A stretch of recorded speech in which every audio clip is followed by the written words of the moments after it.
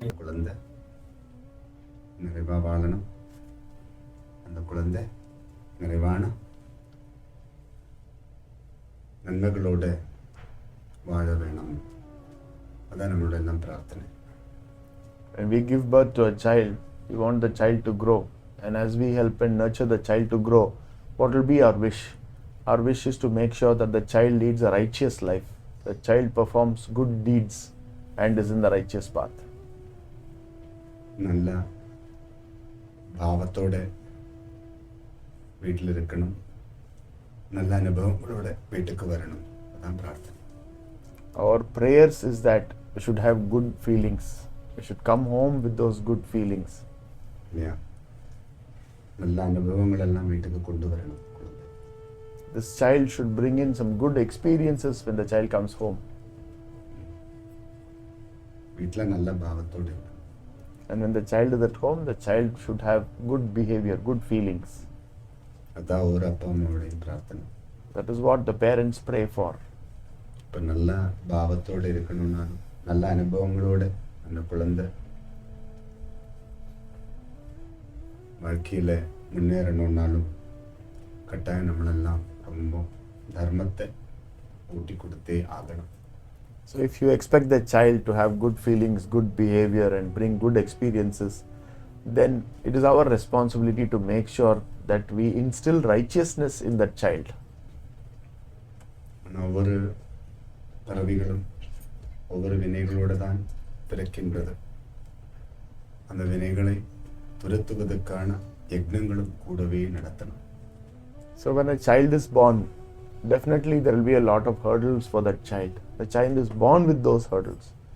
So it is our responsibility to make sure that we perform certain rituals to overcome those hurdles so that the child will evolve in the righteous path.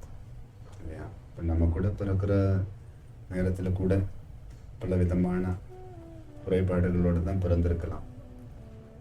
நம்ம வாழுகின்ற காலத்தில் கூட பல விதமான குறைபாடுகள் நமக்கு இருக்கலாம்.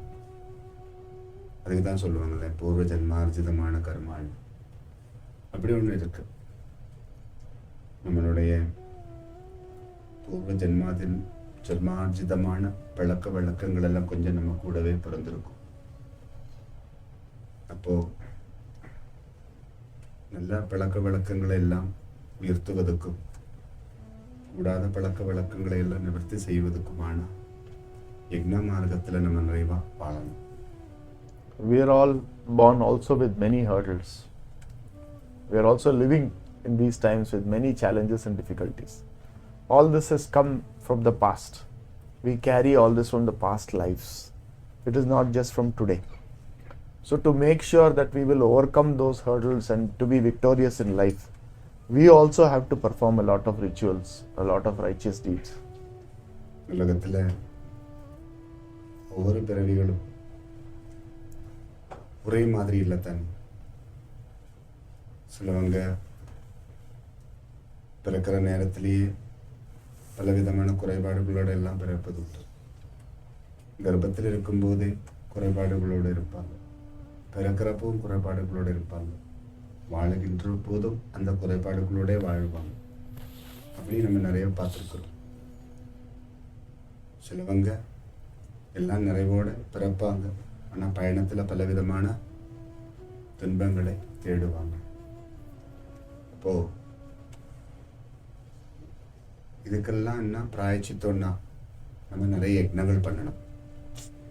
நம்ம யக்னங்கள் பண்ணிக்கொண்டே இருந்தால் அடுத்த தலைமுறைகளுக்கு இதெல்லாம் பாதிக்காது. அடுத்த தலைமுறைகளுக்கு நம்ம அப்பா அம்மாலாம் நிறையா யக்னங்களுக்குள்ளேயே வாழ்ந்துட்டு இருந்தோம்னா நம்மளெல்லாம் நிறைவாக தான் இருந்திருக்கணும். ஆனால் சில கால வினைகளினால சில நேரத்தில் அவங்க கும்பிட்ட தெய்வங்களாய் கும்பிடுவதற்கே சந்தர்ப்பம் இல்லாமல் ஒதுங்கி இருந்திருப்பாங்க. கும்பிட்டு வந்த சம்பிரதாயங்கள் எல்லாம் கைவிட்டிருப்பாங்க, ஆலயங்களை கூட கைவிட்டிருப்பாங்க. தாத்தா பாட்டி வச்சு வணங்கின தெய்வீகமான சங்கல்பங்களை எல்லாம் சரியான முறையில் வச்சு பரிமாறாமல் அதெல்லாம் விட்டு கிளம்பியிருப்பாங்க.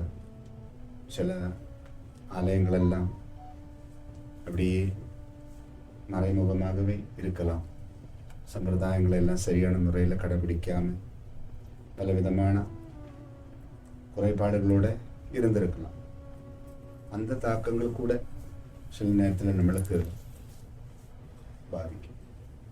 அதனால தான் பாபா தான் ஒவ்வொரு நாளும் உங்களையில் உட்கார வச்சு சொல்லிக் கொடுக்குறோம்ல, நம்மளோட தர்மம் நம்ம எப்போவுமே கடைப்பிடிக்கணும். நீங்கள் கடைப்பிடிக்கலைன்னா அது கட்டாயம் அடுத்த தலைமுறைகளுக்கு அது பாதிக்கும். நமக்கு ஒரு வீடு இருந்தால் அந்த வீடு நம்ம சரியான முறையில் வச்சு பார்க்கலன்னா அந்த வீடு குப்பையாக கிடக்கும். அப்புறம் அந்த வீடு யாருக்கும் உபயோகம் இல்லாத மாதிரி வீணாக போகும் இல்லையா? அப்போ நம்ம இருக்கிற காலத்தில் அது நல்லா வச்சுக்கிட்டோம்னா நம்மளோட குழந்தைங்களுக்கு கூட அது உதவியாக இருக்கலாம். நம்ம அது சரியான முறையில் பார்த்துக்கலன்னா நம்மளோட குழந்தைங்களுக்கு கூட அது உபயோகம் இல்லாமல் போகும் இல்லையா? நமக்கு ஒரு வீடு இருந்தால் அந்த வீடுக்கு நிறைய விஷயங்கள் பண்ண வேண்டியிருக்கு. டேக்ஸ் பே பண்ண வேண்டியிருக்கு, இன்சூரன்ஸ் பே பண்ண வேண்டியிருக்கு, பல விதமான ரூல்ஸ் அண்ட் ரெகுலேஷன்ஸ் எல்லாம் ஃபாலோ பண்ண வேண்டியிருக்கு. அது எதுவுமே நம்ம பண்ணாமல் அப்படியே விட்டுட்டோம்னா என்ன நடக்கும்? அது நம்ம கையிலிருந்து விட்டுட்டு போகிற மாதிரி ஒரு நிலைமை கூட வரும். யாருக்கும் அது உபயோகம் பண்ணாத மாதிரி வரும். இப்போ ரீசன்ட்லி கூட ஒரு ஃபேமிலி, அவங்க அப்பா நிறைய சொத்து வச்சிருக்கிறாங்க. ஆனால் அப்பா திடீர்னு இறந்து போயிட்டாங்க. இறந்து போன இடத்துல அந்த டாக்குமெண்டேஷன் இன்னும் பிள்ளைங்களுக்கு எங்கே இருக்குன்னு கூட தெரியாது. ஏன்னா அப்பா ஒன்றும் சொல்லி கொடுக்கல. லேண்ட் இருக்குன்னு தெரியும், அதோட டாக்குமெண்டேஷன் எங்கே இருக்கு, அது ஒன்று ஒரு ப்ராப்பரான சேனல்ல அவர் மெயின்டைன் பண்ணலை. சில டேக்ஸ் கூட அடைக்கல, கவர்மெண்ட் கிடைக்க வேண்டியது கூட அடைக்கல. தேடி பிடிச்சு 2-3 வருஷம் எடுத்தாச்சு அதோட டாக்குமெண்டேஷன் எல்லாம் கிளியர் பண்ணுறதுக்கு. அதுக்கு அங்கே பிள்ளைங்க ரொம்ப கஷ்டப்பட்டாங்க.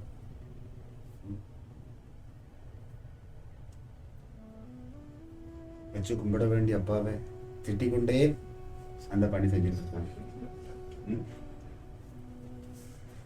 பிள்ளைங்க அப்பா மேலே காலமாயிட்டாரு, வச்சு கும்பிட வேண்டிய அப்பாவை திட்டிக் கொண்டே இருந்தாங்க. ஏன் எங்கள் தலைமையில பாரத்தை போட்டுட்டு போனீங்கன்னு, ஏன் எங்களுக்கு இப்படியான வேலையெல்லாம் கொடுத்துட்டு போனீங்க? நீங்கள் இருக்கிறப்ப இதெல்லாம் சரியான முறையில் வச்சு பார்த்துருந்தீங்கன்னா நாங்கள் எவ்வளோ கஷ்டப்படணும். இப்போ நாங்கள் ஒவ்வொரு இடத்துல போயிட்டு பிச்சை எடுக்க வேண்டியிருக்கு, பல பேரோட காலை பிடிக்க வேண்டியிருக்கு இதெல்லாம் சரிப்படுத்துறதுக்கு. ஏன் எங்களுக்கு இவ்வளோ கஷ்டம் கொடுத்தீங்க அப்படின்னு அந்த பிள்ளைங்க வருத்தப்படுறாங்க. ஆனால் அப்போ சுவாமி எல்லாம் ப்ளஸ் பண்ணி இப்பெல்லாம் ஓரளவுக்கு சரியாக எடுத்துட்டாங்க. பாருங்க, ஒரு ப்ராப்பரான சேனல் அதெல்லாம் வச்சிருக்கல, அதனால அது யாருக்குமே அனுபவிக்க முடியாத அளவுக்கு கடந்தது. ஆனால் இப்போ அனுபவிக்கக்கூடிய அளவில் எல்லாம் வந்துருச்சு. ஆனால் ரொம்ப காலம் கஷ்டப்பட்டோம், இப்போதான் வந்து. இது மாதிரி தான் நம்மளெல்லாம் வாழ்கிற காலத்தில் அந்த சிஸ்டம் எல்லாம் நல்லா ஃபாலோ பண்ணால் நம்மளோட அடுத்த தலைமுறைகளுக்கு சங்கடத்தோடு வாழ வேண்டிய நிலைமை வராது. சிஸ்டத்தை நம்ம நல்லா ஃபாலோ பண்ணணும். ஒரு உதாரணத்துக்கு தான் சொன்னேன், இந்த ப்ராப்பர்ட்டி மேட்டர். லைஃபே ஒரு ப்ராப்பர்ட்டி மாதிரி தான். நம்ம அதை சரியான முறையில் மெயின்டைன் பண்ணணும். அதுக்கு என்னென்னா சங்கல்பங்களை கடைப்பிடிக்க வேண்டியிருக்கோ அதெல்லாம் சரியான முறையில் கடைப்பிடிச்சு நம்ம இருந்துட்டோம்னா நம்மள அடுத்த தலைமுறைகளுக்கு நம்ம சாதிச்சு வச்சது எதுவுமே ஒரு பாரமாக இருக்காது. இல்லைன்னா நம்ம நல்லதுன்னு சொல்லி சாதிச்சு வச்சது கூட அவங்களுக்கு பாரமாக போகும். அதனால தான் எப்போவுமே அந்த சிஸ்டம் நம்ம ஃபாலோ பண்ணணும். அதுக்கு தான் தர்மம்னு சொல்கிறது. அப்போ நம்மளுடைய எதிர்கால சந்ததிகளுக்கு இந்த மாதிரி பிரச்சனை ஒன்றும் வராது. நிறையா இருக்குது. உதாரணத்துக்கு இப்போ ரீசன்ட்லி கூட ஒரு ஃபேமிலி சுவாமியை தேடி வந்த நேரத்தில் ஒரு கோவிலோட காணியோட ஒரு பிரச்சனை, ஒரு கோவில் லேண்டோட ரொம்ப சண்டை பிடிச்சிருக்காங்க. இந்த ஃபேமிலியோட தாத்தா. எல்லாம் சிவன் சொத்து தான். சிவன் நமக்கு விட்டு கொடுத்தது தான் எல்லா சொத்தும். ரொம்ப தான் நம்ம சொத்துன்னு சொல்லிட்டு நம்ம ஒன்றும் பெருமை கொண்டாட முடியாது. ஏதோ நம்மளோட மனசந்திருப்திக்காக சிவன் நமக்கு கொஞ்சம் நம்மளோடன்னு சொல்லி கொடுத்துருக்கு. நான் நாளைக்கு இதெல்லாம் சிவனோட சொத்து தான். நம்ம கூட சிவனோட சொத்து தான். கடைசியில் நம்ம என்ன சொல்கிறோம்? சிவபாதமே சரணம். என்னோட ப்ராப்பர்ட்டியே சரணம்னு சொல்கிறது இல்லை. என்னோட வீடே சரணம்னு சொல்கிறது இல்லை. என்னோட பிள்ளைங்களே சரணம்னு சொல்கிறது இல்லை. எல்லாரும் என்ன சொல்லுவாங்க? கடைசியில் சிவனே சரணம், அதே போதும்னு சொல்லுவாங்க இல்லையா? எல்லாமே சிவனோட சொத்து தான். அந்த சிவனோட சொத்து என்னோட சொத்துன்னு சொல்லிட்டு ரொம்ப சண்டை பிடிச்சு இந்த சொத்து அடைஞ்சிருக்கிறார். ஆனா அந்த சொத்து அடைஞ்சதுனால இன்ன வரைக்கும் அந்த குடும்பத்துல ஒரு புரோகதி இல்லை. அப்போ எந்த நிலைமையில இருக்கிறதுக்கு காரணம்னு தேடிட்டு தானே எங்கள்கிட்ட வந்தாங்க. அப்போ சுவாமி இந்த காரணத்துல சொல்லி கொடுத்து அப்போ அவங்களுக்கு விளங்கிடுச்சு. நம்மளுக்கு அர்ஹதப்படாதது நம்ம ஏதாவது விதத்தில் நம்மளோடதுன்னு சொல்லிட்டு பெருமை கொண்டாடி அது நம்ம பக்கம் சேர்த்து வச்சுட்டோன்னா அது எதிர்காலத்தில் பிறகு எடுக்கிறவங்களுக்கெல்லாம் அது ஒரு பாரமாக தான் இருக்கும். விட்டு கொடுத்தா புண்ணியம், வச்சு கொண்டு இருந்தா பாவம். விட்டு கொடுத்துருக்கலாம், ஆனால் விட்டு கொடுக்கறதுக்கான மனோபாவம் இல்லாமல் இருந்தாங்க. அது பாருங்க, இப்போ வச்சிருக்கிறதை கொண்டு ஒன்றும் நிம்மதி இல்லாமல் இருக்கு. அது எத்தனை வருஷம் ஆச்சு? 120, 130 வருஷம் ஆச்சு இது நடந்துட்டு. இது இப்போ 3rd, 4th ஜென்ரேஷன் அதை அனுபவிச்சுட்டு இருக்கு. 4வது தலைமுறை அந்த சிவகோபம் அனுபவிச்சுட்டு இருக்கு. அப்போ இந்த மாதிரி நிறைய அனுபவங்கள் இருக்கு. அதனால தான் பாபா சொல்லுவேன், எல்லாமே பகவானோட சொத்து தான். நம்ம எல்லாம் எவ்வளோ காலம் வாழ போகிறோமோ, வாழ்கின்ற காலத்தில் நம்மளுக்கு எது அர்ஹதப்பட்டதோ அதுக்குள்ளே நம்ம இருந்து நம்மளால் முடிகிற அளவுக்கு நம்மள்கிட்ட இருக்கிறத வச்சு 4 பேருக்கு வாழ்வதற்கான கூரை போட்டு வச்சா அது பெரிய புண்ணியத்தை நமக்கு கொடுக்கும். அதனால தான் பாபா சொல்லுவேன், தர்மம் என்றது நம்மளை வாழ வைக்கும், தெய்வமாக்கும். தர்மத்துக்குள்ளே நம்ம வாழ்ந்தால் கஷ்ட துன்பங்கள் எல்லாம் இருக்கும். இப்போதான் யாருக்கு இல்லாமல் இருக்கு. இப்போ இங்கே உட்காந்துட்டு இருக்கிற ஒவ்வொரு குடும்பங்களுக்கு ஒவ்வொரு விதத்தில் துக்கங்கள் இருக்கு. அந்த துக்கங்களிலிருந்தெல்லாம் விமோசனம் அடைகிறதுக்கு நம்மளுடைய தர்மம் நம்மளுக்கு கட்டாயம் உதவும். இன்னைக்கு இல்லைன்னா நாளைக்கு நம்மளுடைய கஷ்ட துன்பங்கள்ல இருந்து நம்மளை வெளியில கொண்டு வரும். கஷ்ட துன்பங்களை எல்லாம் நிர்வீரியமாக்கி நமக்கெல்லாம் நிறைவான வாழ்வு தரும். அது எத்தனையோ அனுபவங்கள் இருக்கு. எத்தனையோ அனுபவங்கள்.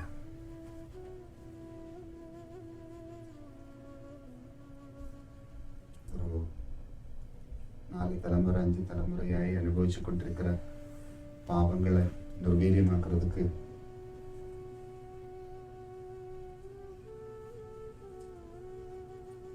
ஒரு மாசம் ஏகாதசி விரதம் அனுஷ்டானம் பண்ணி நாராயண நாமத்தோட வாழ் என்று சொல்லிட்டு இந்த 11 மாதம் விடாமல் ஏகாதசி விரதம் எல்லாம் அனுஷ்டானம் பண்ணி நாராயண நாமத்தோட வாழ்ந்து அந்த துரிதங்களில் இருந்தெல்லாம் விமோசனம் அடைஞ்ச எத்தனையோ அனுபவங்கள் இருக்கு. ஏகாதசி விரதம்னா கொஞ்சம் கடினம் தான்.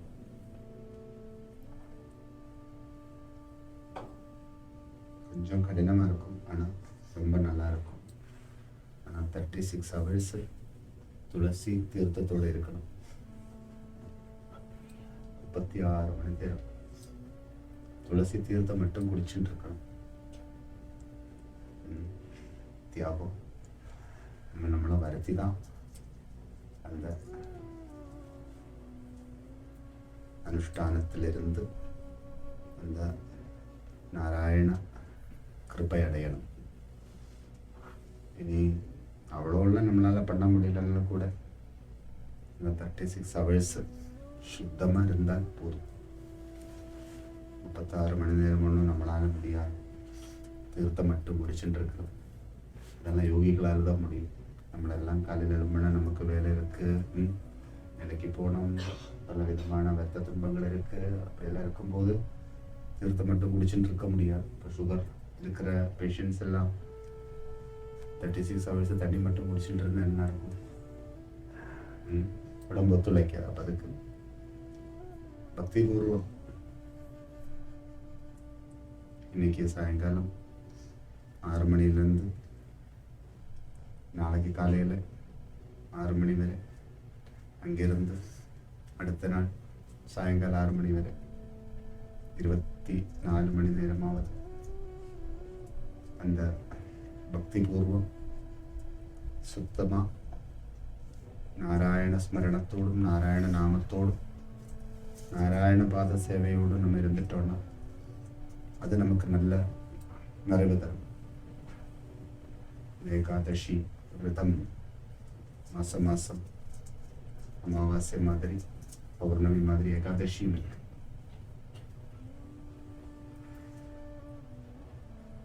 இப்போ அந்த நாள் நம்மளெல்லாம் ரொம்ப ஈஸ்வரியமான பாவத்தோடு இருந்தால் ஏகாதசி விரதம் பாப்பங்களை எல்லாம் சீக்கிரம் நிர்வீரியமாக்கும். அமாவாசை பிதர்களுக்கெல்லாம் ரொம்ப திருப்தியை கொடுக்கும். அமாவாசை விரதம் பிடிச்சு பிதர்களுக்கு தேவையானதெல்லாம் நம்ம ஆயத்தப்படுத்தி கொடுக்கணும். அவங்களுக்கு சத்கதிக்கான கிரியைகள் எல்லாம் பண்ணலாம். அமாவாசைக்கு பௌர்ணமிக்கு அதுவும் நல்ல விஷயம்தான். குறைபாடுகளை எல்லாம் நிவர்த்தி செய்வதற்கு பௌர்ணமி ஆராதனை, சக்தி மகா சங்கல்பம். பௌர்ணமின்னா சக்தி சங்கல்பம், சக்தி பூஜைகள் எல்லாம் செய்யறது நல்லது. அமாவாசைக்கு சிவ பூஜைகள் செய்வது நல்லது. அந்த மாதிரி சதுர்த்தி கணபதி, சதுர்த்தி கணபதி சங்கல்பம், அமாவாசை சைவ சங்கல்பம், ஏகாதசி வைஷ்ணவ சங்கல்பம், பௌர்ணமி சாக்தேய சங்கல்பம். கணபத்தியம் சைவம் வைஷ்ணவம் சாக்தேயம் இந்த 4 சம்பிரதாயம் இருக்கு நம்மளுடைய பயணத்தில். கணபத்தியம் தான் கணபதி சம்பிரதாயம். நம்மள எந்த விஷயத்துக்கும் கணபதியை முன்னாடி வச்சிருக்கல. கணபத்தியம் சைவம், அப்புறம் சைவம் சிவாராதனைகள், அப்புறம் வைஷ்ணவ ஆராதனைகள். சைவரும் இருக்கிறாங்க, வைஷ்ணவர்களும் இருக்கிறாங்க, நாயன்மார்களும் இருக்கிறாங்க. மாதிரி வைஷ்ணவ சம்பிரதாயத்தில் ஒரு சபை இருக்கு. அது மாதிரி சாக்தேயம் இப்படி இருக்கிறாங்க. காளி சம்பந்தமான சேவைகளை ஆற்றும் சம்பிரதாயம். இதில் கணபத்தியம் சதுர்த்தி மாதம் மாதம் சதுர்த்தி விரதம் அனுஷ்டானம் பண்ண நல்லது. சைவத்தில் அமாவாசை சம்பந்தமான அனுஷ்டானங்களை செய்வது நல்லது. வைஷ்ணவத்தில் ஏகாதசி சம்பிரதாயங்கள் எல்லாம் நடத்துவது நல்லது. இந்த மாதிரி சாக்தேயத்தில் பௌர்ணமி சம்பிரதாயங்கள் எல்லாம் நடத்துறது நல்லது. இந்த மாதிரி மாதத்தில் ஒரு 4 நாள் நம்மளால் முடிகிற அளவுக்கு அனுஷ்டானங்களோட எல்லாம் வாழக்கூடிய அளவில் இருந்தால் ரொம்ப நல்லது. இதோட ஷஷ்டி கிருத்திகா இந்த மாதிரிலாம் இருக்கு. ஷஷ்டிக்கு கூட ரொம்ப தபசு பண்ணி பிள்ளைங்களுக்காக அனுஷ்டானம் பண்ணுறதெல்லாம் நல்லது தான். ஷஷ்டி விரதம் குழந்தைங்களுக்கு தான். தாய்மார்கள் பிள்ளைங்களுடைய புரோகதிக்காக பிடிக்க வேண்டி பிள்ளைங்களெல்லாம் இப்படி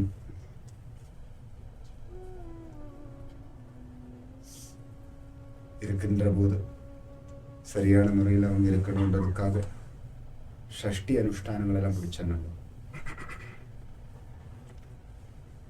இப்போ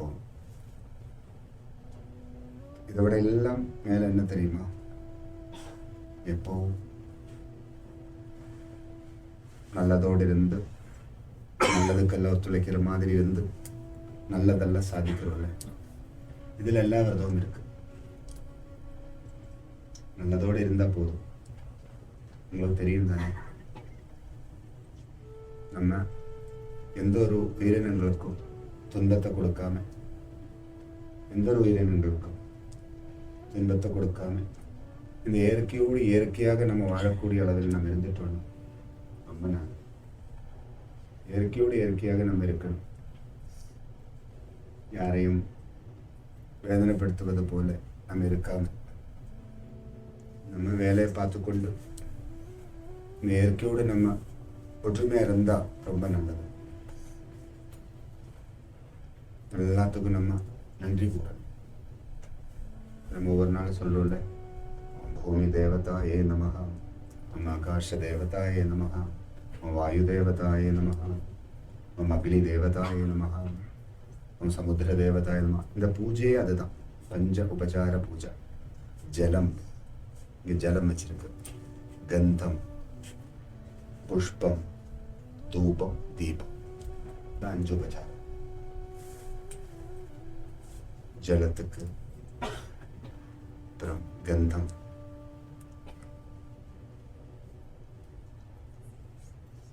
புஷ்பம், தூபம், தீபம், ஆகாய தத்துவம், அக்னி தத்துவம், பூமி தத்துவம், வாயு தத்துவம், ஜல தத்துவம். இந்த பஞ்ச பூதங்களுக்கும் நம்ம உபச்சாரம் பண்றோம். இந்த பஞ்சபூதங்களுக்குள்ளதான் நம்ம இருக்கிறோம். அதை இயற்கையோடு இயற்கையாக வாழணும். அதனால தான் நம்மளெல்லாம் காலையில் குளிச்சு கும்பிட்டு வீட்டில் விளக்கேற்றி வச்சு நல்லா பிரார்த்தனை பண்ணி நமஸ்காரம் பண்ணணும். அதில் பஞ்சபூதங்கள் இருக்கு. ஒரு விளக்கேற்றி வச்சா அதில் பஞ்சபூதம் இருக்கு இல்லையா? பஞ்சபூதம் இருக்கு. விளக்கு, எண்ணெய், திரி, ஜோதி, பிரபா எல்லாம் அதில் அடங்கியிருக்கு. அப்போ ஒரு விளக்கிலே எல்லாம் இருக்கு, பஞ்சபூதங்கள். அதனாலதான் நம்மளெல்லாம் தீப பூஜை பண்ணி கடமைகள் எல்லாம் ஆற்றுவது ரொம்ப நல்லது. நல்லதோடு இருந்தால் போதும். பின்ன நல்ல காரியத்துக்கெல்லாம் நம்ம நல்லா ஒத்துழைக்கணும். ஏதாவது நல்ல விஷயங்கள் நடக்கிறதா, நம்ம உயிரை கொடுத்து நம்ம அதுக்கு உதவி செய்யணும். நல்ல விஷயங்களுக்கு நம்ம உயிரை கொடுத்தாலும் அந்த உயிருக்கு சத்கதி தான் கிடைக்கும். வீரமிருத்யுன்னு சொல்லுவாங்கல்ல, வீரமிருத்யு. அப்படி வீரமிருத்யு பறிச்சவங்களுக்கெல்லாம் இன்னைக்கு நம்ம புஷ்பார்ச்சனை பண்றோம்ல. நாட்டுக்காக, நாட்டில் வாழ்ற மக்களுக்காக போராடி யாராவது காலமாக இருந்தா அவங்களெல்லாம் வச்சு நம்ம கும்பிடுறோம்ல. அவங்களெல்லாம் வீரர்கள் என்று சொல்லி நம்ம கும்பிடுறோம்ல. அசுரர்களை ஒன்றும் நம்ம கும்பிடுறதில்லை, ஆனால் வீரர்களை கும்பிடும். அப்ப ஜீவன் பலி கொடுத்தா கூட அது மோட்சம்தான். இன்னைக்கு நம்ம வணங்குகின்ற தெய்வீகமான அநேகம் கைங்கரியங்களுக்கெல்லாம் வசதியான இடங்களை உயர்த்துவதற்கு எத்தனை மக்கள் பலி கொடுத்துருப்பாங்க வாழ்க்கை. இன்னைக்கு நம்ம எல்லாம் பெரிய பெரிய ராஜகோபுரம் எல்லாம் இருக்கிற கோவில்கள் எல்லாம் போய் கும்பிடுறோம்ல. அந்த கோவிலெல்லாம் கட்டுற நேரத்தில் எத்தனை பேர் ஜீவன் பலி கொடுத்துருப்பாங்க யோசிப்பாங்க. நிறைய மக்களோட ஜீவன் பலியாயிருக்கும். மேலே இருந்து கிலோ விழுந்துட்டு கூட நடத்துல இருந்து போயிருப்பாங்க. அப்படியெல்லாம் ஆயிடுத்துனாலும் அதில் நான் போய் சத்கதி கிடைச்சிடும். உயிரை கொடுத்து நம்ம நன்மைகளை உயர்த்தணும். நம்மளெல்லாம் நல்லா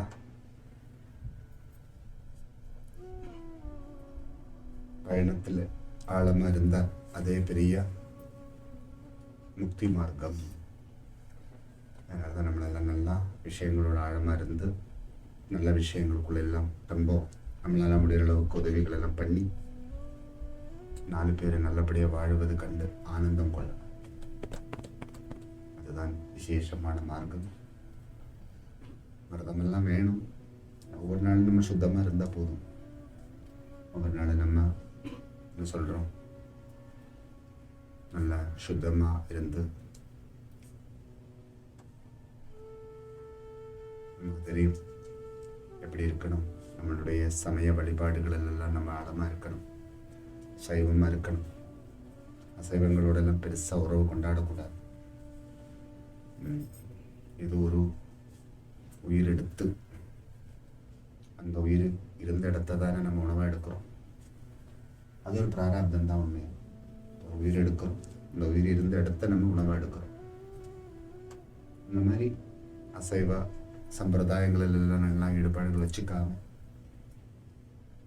அதெல்லாம் விட்டு விலகிறது கொஞ்சம் கஷ்டம் தானே. நம்ம பாரம்பரியமாக இருக்கிறது தானே, அது நம்மளுக்குள்ள ஒரு பழக்கம். நமக்குள்ள ஊறினபடியாக கட்டாயம் நம்ம மனசாவது அதுக்குள்ளே போகும். ஆனால் கொஞ்சம் கொஞ்சமாக விட்டு விலகிடணும். அதுக்கெல்லாம் நம்ம இடத்த கொடுக்கக்கூடாது. அதெல்லாம் விட்டு விலகி சுத்தமாக இருக்கணும்.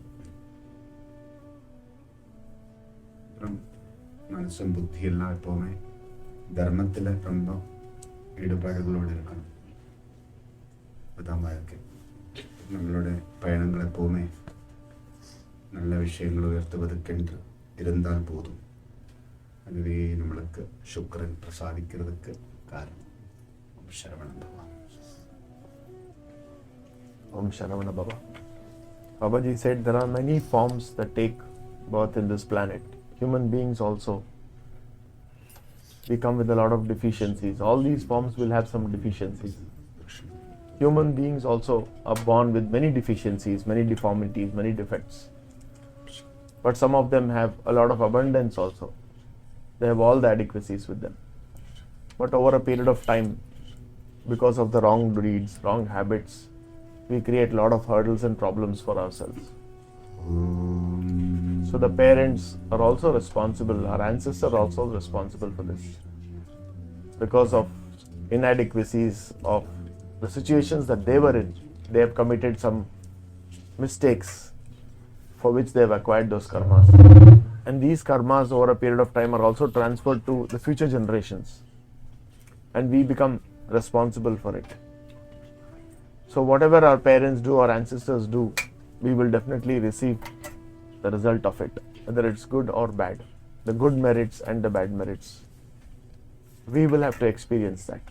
Babaji gave a beautiful example of a house.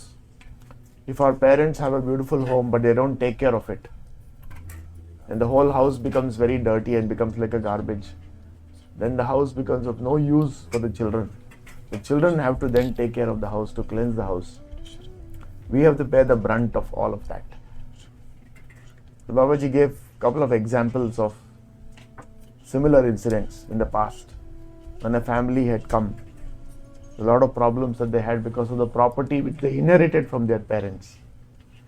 And when they inherited that, the parents actually, the father actually did not make a proper will. The children didn't even know where this property, what condition was it in.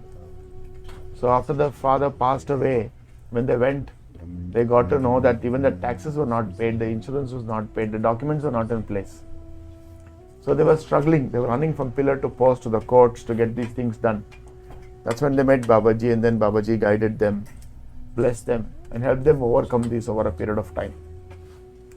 So similarly, we inherit a lot of these bad merits along with the good merits. We inherit it from our parents. So the parents are responsible. So when we are in this physical form, we should make sure that we perform our duties appropriately. We follow all the customs and traditions which have been handed down through generations. Because of certain circumstances, our parents or our ancestors wouldn't have performed some rituals which has been handed down through generations. We would have forgotten the family deity. We would have forgotten the family guru itself. Because of which we will be facing all these hurdles and challenges in our life. It could be of health, it could be of financial issues, it could be of work, it could be anything. But it's all a sum total of what? It has come from the past. So Babaji says, follow these traditions and rituals, these customs. They are very important. Don't forget your family deity, your family guru. And don't forget your ancestors. So Babaji said it's very important that you perform these rituals on a new moon day. That means appeasing your ancestors. Remember them, light a lamp and pray for them, and to whatever extent possible, offer them something so that you remember them and thank them, express your gratitude. New moon days are very auspicious, so you do prayers to Lord Shiva and you appease your ancestors. Similarly, full moon day is very special for the goddess. You appease the goddess because the goddess is the one who gives us everything in this planet. If you want to attain something, you need a lot of energy. You need a lot of support from the goddess. So full moon days are very special for goddess puja. So similarly, there is Chaturthi every month. The fourth day after the Paurnami is Chaturthi. That is very special for Lord Ganapati. So if you have to overcome any hurdles in life and if you want to attain something, then you have to appease Lord Ganapati. So the fourth day after the full moon is the Chaturthi. So you perform austerities, rituals, and then you overcome all these hurdles when you pray to Lord Ganapati. So these are very important. So similarly, you do prayers for Lord Vishnu. So Babaji spoke about Ekadashi. Babaji gave the example of somebody who had problems for about 4 or 5 generations that they could not overcome these problems. So Babaji instructed them to perform the Ekadashi Vrata for 11 months. It is very, very difficult, very strict. These austerities are very tough. Ekadashi Vrata, Babaji says that you have to have only tulsi water, that is basil leaves and water, for 36 hours. Just water for 36 hours. So 11 months like that. It will come only once in a month.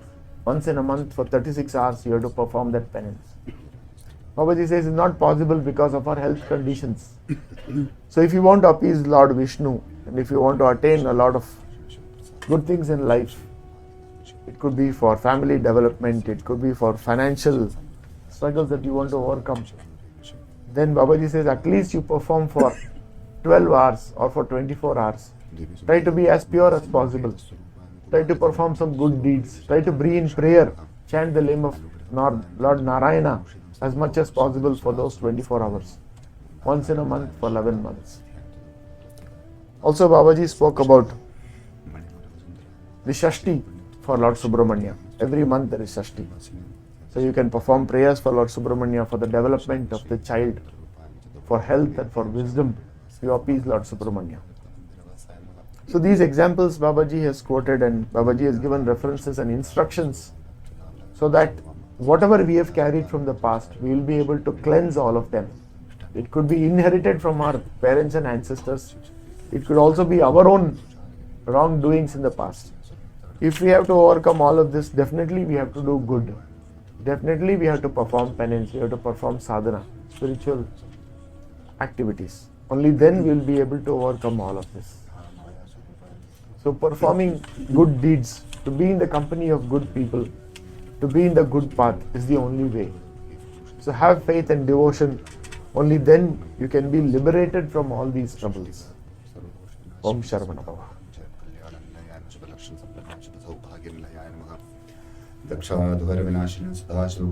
தொழில் சங்கல்பம் அநேக சங்கல்பங்கள் இருக்கு. நம்ம எல்லாரும் ஆழமான சமுத்திரத்தில் மீன் பிடிக்கிற மாதிரி தான் வாழ்ந்துட்டு இருக்கோம். நம்மளுக்கு நினைக்கிற அளவுக்கு எதெல்லாம் நம்ம தேடுவதுண்டோ அதெல்லாம் கை கூடுவதற்கு கட்டாயம் நம்ம ரொம்ப கஷ்டப்பட்டு தான் இருக்கிறோம். இப்போ இந்த கஷ்டத்தெல்லாம் குறைக்கணும், தேடுறதெல்லாம் கிடைக்கணும். எல்லாத்துக்குள்ளேயும் கஷ்டம் இருக்கு, கஷ்டம் இல்லாதது எதுவும் இல்லை இந்த உலகத்துல. சர்க்கரை கூட நிறைய சாப்பிட்டா கஷ்டம் தான். எல்லாத்துலயும் கஷ்டம் இருக்கு இல்லையா? எனக்கு சர்க்கரை சாப்பிட்டவங்களுக்கு என்ன நடக்கும்? கஷ்டம் தான். நிறைய சாப்பிட்டா என்ன நடக்கும்? கஷ்டம் தான். எந்த வேலையும் செய்யாம சும்மா இருந்தாலும் கஷ்டம் தான் இல்லையா? கொஞ்ச நேரம் அப்படியே சும்மா இருந்ததும் கஷ்டம். அப்போ எதை எடுத்தாலும் கஷ்டம் இருக்கு. இந்த கஷ்டங்கள் எல்லாம் குறையணும். கஷ்டமே இல்லாமல் இருக்கணும்னு நினச்சா நடக்காது. நமக்கு வாழ்க்கணும்னு இருந்தால் கொஞ்சம் கஷ்டம் இருக்கும்.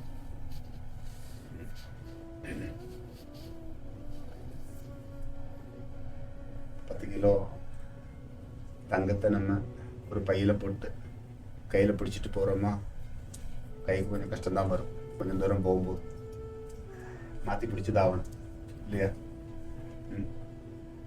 அதே பையில் 10 கிலோ உப்பு போட்டுட்டு பிடிச்சிட்டு போனாலும் கைக்கு கஷ்டம்தான் வரும். கை மாற்றி பிடிச்சிதான் ஆகணும். தங்கத்தை தூக்கி நடந்தாலும் சரி, உப்பு தூக்கி நடந்தாலும் சரி, கைக்கு கஷ்டம் வரும் இல்லையா? ரெண்டோட வேல்யூ வித்தியாசம் இருக்கு. ஆனால் கைக்கு அது கஷ்டம்தான், கையிலேயே பிடிச்சிட்டு இருந்தான். அப்போ எல்லாத்திலும் கஷ்டம் இருக்கு. அந்த கஷ்டத்தை குறைக்கணும். அப்படியே கஷ்டங்கள் இல்லாத நிலைக்கு நம்ம போகணும். அதுக்கு நம்ம யக்னங்கள் எல்லாம் நிறைய பண்ணணும். மாத்ரு யக்னம், பித்ரு யக்னம், ரிஷி யக்னம், தேவதா யக்னம், இப்படி அநேக யக்னங்கள் இருக்கு. இதெல்லாம் நம்மளோட வாழ்க்கையில பிரதானம். அதுக்கு தான் நம்ம இந்த மாதிரி சேவையெல்லாம் பண்ணி கொண்டு அந்த கஷ்டங்கள் எல்லாம் குறைச்சு சுகத்தை அடையணும். கஷ்டங்கள் எல்லாம் குறைய குறைய சுகம் பெருகும். இந்த சுகத்தை நம்ம அடையணும். வியாதிகள் எல்லாம் நம்மளை விட்டு விட்டு விலக விலக விலக நமக்கு சௌக்கியம் வருவது போல. ட்ரீட்மெண்ட்டுக்குள்ளே நம்ம ஆழமாக போகும்போது, இந்த ட்ரீட்மெண்ட்டு நமக்கு ஒத்துழைக்கும் போது, நம்ம ட்ரீட்மெண்ட்டோட ஒத்துழைக்கும் போது இந்த அசுகங்களெல்லாம் நம்மளை விட்டுட்டு போகும் இல்லையா? அதே மாதிரி தான் இந்த மாதிரி யக்னங்களுக்குள்ள எல்லாம் ஆழமாக போனால் அந்த யக்னங்கள் நம்மளோட கஷ்டங்களை எல்லாம் குறைச்சி சுகத்தை உயர்த்தி தரும். அதுக்கு தான் நம்ம அந்த சௌக்கியத்தை அடையிறதுக்கு தான் இந்த மாதிரி தபஸெல்லாம் பண்ணுறோம். சௌக்கியத்தை அடையிறதுக்கு அசுகம்னா தெரியும் தானே? இந்த கர்ம வினைகள் எல்லாம் நிவர்த்தி ஆகும். இந்த பழம் கூட பாருங்கள், கழுவிட்டு தான் சாப்பிடணும். பழம் நல்லது தான், ஆனால் அதை கழுவாமல் சாப்பிட்டா அதுவும் கஷ்டம்தான் கொடுக்கும். சில பழத்துல எல்லாம் நல்லா மெழுகு பூசி வச்சுருப்பாங்க இல்லையா? இந்த கிளேசிங் நல்லா அழகாக இருக்கிறதுக்காக. அப்படி இருந்தால் தான் மக்களுக்கு அது விருப்பம் வரும். அதுக்கு அதோட கம்பெனி அதை கொஞ்சம் பாலிஷ் பண்ணி வச்சுருப்பாங்க. ஆனால் இந்த மெழுகெல்லாம் வயிற்றுக்குள்ளே போனால் அது ரொம்ப வியாதி தான் கொடுக்கும், கஷ்டம்தான் கொடுக்கும். இல்லாத வியாதியெல்லாம் உண்டாக்கும், கேன்சர் கூட உண்டாக்கும் மெழுகெல்லாம் உள்ளுக்கு போகணும். ஆனால் தெரிஞ்சாலும் கூட அது கொஞ்சம் கிளேசிங்கோடு இருக்கணுன்றதுக்காக ஆப்பிள் மேலெல்லாம் மெழுகு பூசி வச்சுருப்பாங்க. சாப்பிட ஒரு நாளைக்கு அப்படியே ஆப்பிள் எடுத்து அப்படியே கத்தி எடுத்து அப்படியே சுரண்டி பார்த்தப்போ நிறைய மெழுகு தான் வருது. கொஞ்சம் நேரம் சுடு தண்ணியில் போட்டு வச்சா அப்படியே மெழுகு மெல்ட் ஆகிட்டு மேலே வரும். இந்த மாதிரி நிறைய அதர்மமான வழியிலெல்லாம் மக்கள் உழைப்பாங்க. தர்மத்தோட வழியிலையும் உழைப்பாங்க, அதர்மமான வழியிலும் உழைப்பாங்க. சாப்பாடுல எல்லாம் மாயமெல்லாம் போட்டுட்டு விற்பாங்க. ஒரு நாளில் கெட்டு போகிற சாப்பாடெல்லாம் ரொம்ப நாள் கெட்டு போகாமல் இருக்கணுன்றதுக்காக மாயம் போடுவாங்க. சில சாப்பாடுகள் எல்லாம் வருத்தங்களை கொடுக்குற பொருள்கள்லாம் போடுவாங்க. அஜினாமோட்டோன்னெல்லாம் சொல்லிட்டு சில பொருள் இருக்கு, அஜினாமோட்டோ. அதெல்லாம் சாப்பாடில் போட்ட கணக்கு சாப்பிட்டா அதெல்லாம் வருத்தம் தான் கொடுக்கும். ஆனால் நிறைய சாப்பாடில் அதெல்லாம் யூஸ் பண்ணுவாங்க டேஸ்ட்டுக்காக, அந்த சாப்பாடுக்கு அடிக்ட் ஆகுறதுக்காக. சில டேஸ்ட் எல்லாம் இருந்தால் நம்ம அதுக்கு அடிக்ட் ஆகும்.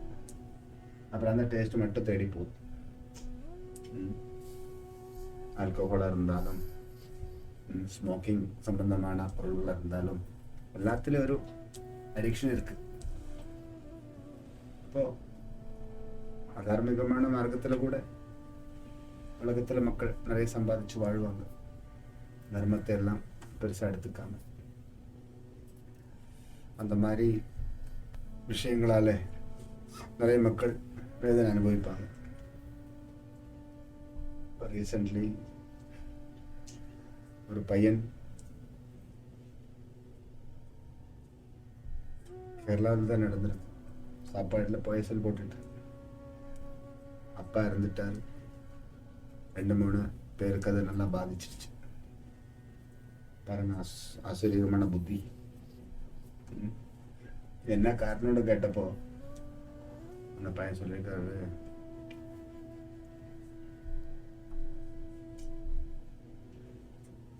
அம்மா அந்த குழந்தையோட அந்த பையனோட அம்மா இறந்து போயிருக்கிறாங்க. இப்போ அந்த நேரத்தில் அந்த அம்மா இறந்து போயிட்டு 1 year கூட முடியாதுக்குள்ள அப்போ வேற கல்யாணம் பண்ணிட்டார். அந்த கோபமா, அந்த கோபத்தில் அம்மா என்னமோ வருத்த துன்பங்களோட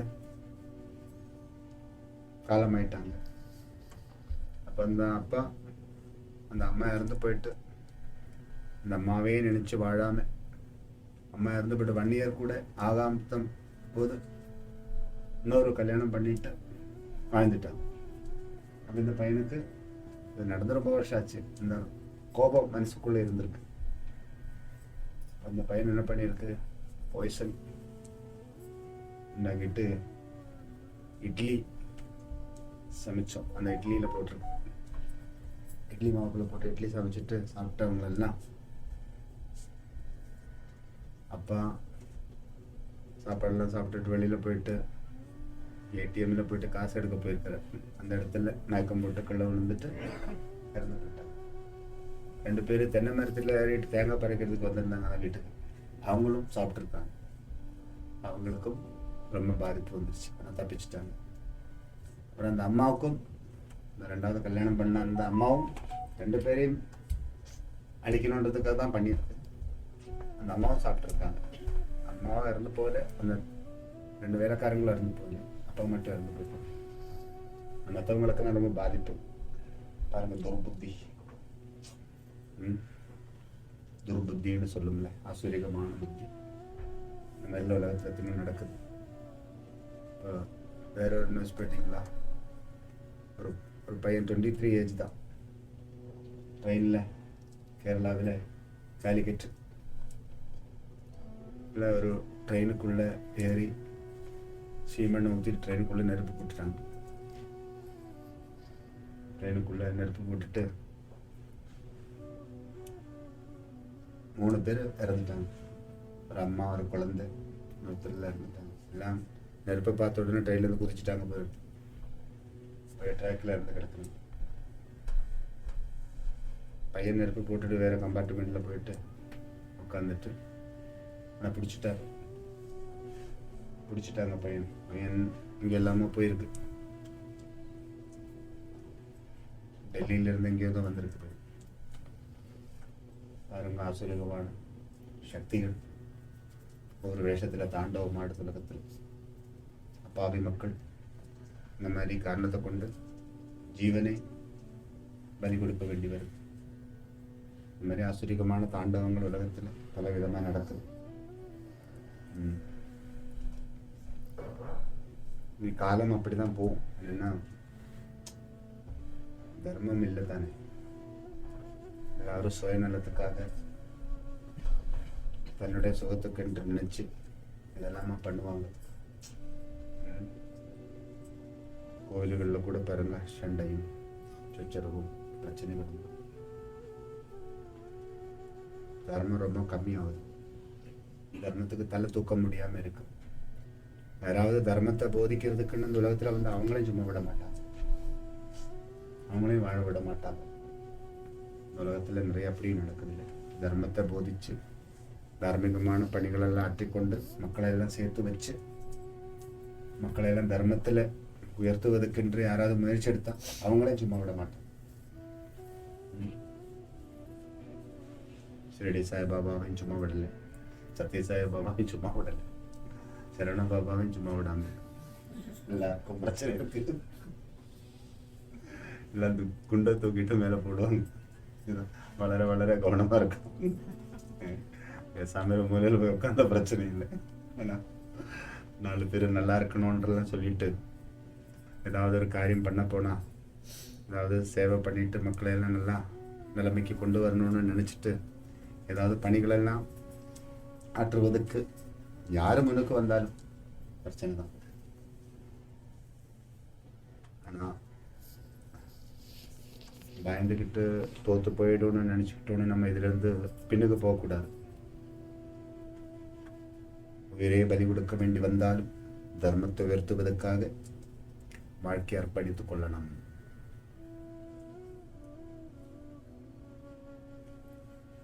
ദേവധർമ്മം. നിങ്ങളെല്ലാം ഒരു ദൈവികமான பயணத்தில் இருக்கும்போது നിങ്ങളെല്ലാം ஸ்ட்ராங்காக இருக்கணும். உங்களெல்லாம் குழப்பறதுக்கெல்லாம் யார் வந்தாலும் குழம்பவே கூடாது. நம்மளுடைய தர்மம் நம்ம கைவிடக்கூடாது. நம்ம பெற்றெடுத்த பிள்ளை மாதிரி நம்ம தர்மத்தை பார்த்துக்கணும். எந்த பிரச்சனை வந்தாலும் நம்ம பெற்றெடுத்த பிள்ளை நம்ம விட்டு கொடுக்க மாட்டோம்.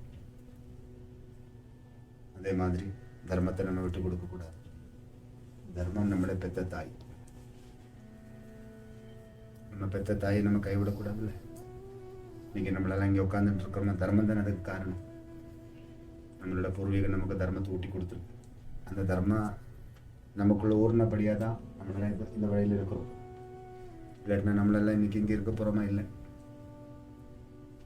இன்றைக்கி நம்ம இங்கே உட்காந்துட்டு இருக்கிறோம்னா அதுக்கு தர்மம் தான் காரணம். நம்மளோட பாரம்பரியம் தர்மத்தில் இருந்திருக்கிறாங்க. அந்த அந்த ஒரு யோகம் நமக்கும் கிடைச்சிருக்கு. இனி நம்ம இருக்கிறோம், நம்ம குழந்தைங்களுக்கும் அந்த யோகம் கிடைக்க போகுது. அப்போ தர்மத்தை ஒரு நாளைக்கும் தூக்க விடக்கூடாது. தர்மத்தை காப்பாற்றுறதுக்காக நம்மளெல்லாம் போராடணும். அதுக்கு நிறைய தர்மசாலைகள் உண்டாக்கணும். தர்மத்தை ஸ்தாபிக்கணும். ஸ்ரீ ஞான ஜோதி வேலாயுத சுவாமியை ஒரு இடத்துல ஸ்தாபிச்சிட்டோன்னா அந்த இடம் தெய்வீகமாகும். அந்த இடத்தை நாடிக்கொண்டு நிறைய மக்கள் அந்த சுப்பிரமணியம் சங்கல்பத்தில் வாழ தொடங்குவாங்க. அதுக்கு தான் இந்த மண்ணில் இப்படி ஒரு ஞான ஜோதி வேலாயுத சுவாமிக்கென்று ஒரு மடாலயம் உருவாக்கி அநேகம் குடும்பங்களுக்கு അതൊരു അഭയകേന്ദ്രമായി ഉയർത്തിക്കൊണ്ടുവരണം. അഭയം വേണം. ഒരു അഭയകേന്ദ്രമായിട്ട് ഉയർത്തിക്കൊണ്ടുവരണം. அந்த ஒரு ஏக நோக்கத்தோட தான் இந்த பயணம் கூட, இந்த வருகை கூட. அதுதான் நாங்கள் இருந்து செய்ய வேண்டியது அநேகம் இருக்கு. பெத்தெடுக்கிற வரைக்கும் தாய் அந்த குழந்தை சுமந்து தான் ஆகணும். பெத்தெடுத்துட்டோன்னா பின்ன தாய் இல்லைனாலும் கூட அந்த குழந்தை யாராவது வளர்ப்பாங்க. அந்த மாதிரி இப்போ ஒரு கர்ப்ப குழந்தை மாதிரி தான் ஞான ஜோதி வேலாயுத சுவாமி இருக்கு. அந்த குழந்தை நல்லபடியா ஒரு சன்னிதானத்தில் நிறைவாயிருந்து மக்கள் எல்லாம் அதை வாழ்த்துவது போல இருக்க வேண்டும். அந்த மக்களுடைய வாழ்வுக்கு அது ஒளிமயமாக இருக்க வேண்டும். அந்த ஒரு லட்சியம்தான் இந்த பயணம். சரவண பவா, நீங்களெல்லாம் ஒத்துழைச்சு நல்லா பண்ணியிருக்கிறீங்க. இன்னும் உங்களுடைய ஒத்துழைப்பு ரொம்ப தேவை சுவாமிக்கு. எல்லாரும் ஒன்று கூடி இதெல்லாம் நிறைவுபடுத்தணும். Saravana. We are here today. We've made many resolves. We've made resolve for our family, for the development of the family, for our work, for our health, all of it. Because there are a lot of problems that we have in our life. So we have to overcome all of that. Babaji says our life itself is like an ocean. We are all living in the ocean. And definitely we are bound to face many challenges in that ocean. To overcome that, we have to perform these kind of rituals and practices. Because we have a lot of debt from the past. The debt from our ancestors, the debt to our deities, the family deity, our family guru. And to overcome, to fulfill that, we have to perform these rituals. So Babaji says we have to live for righteousness.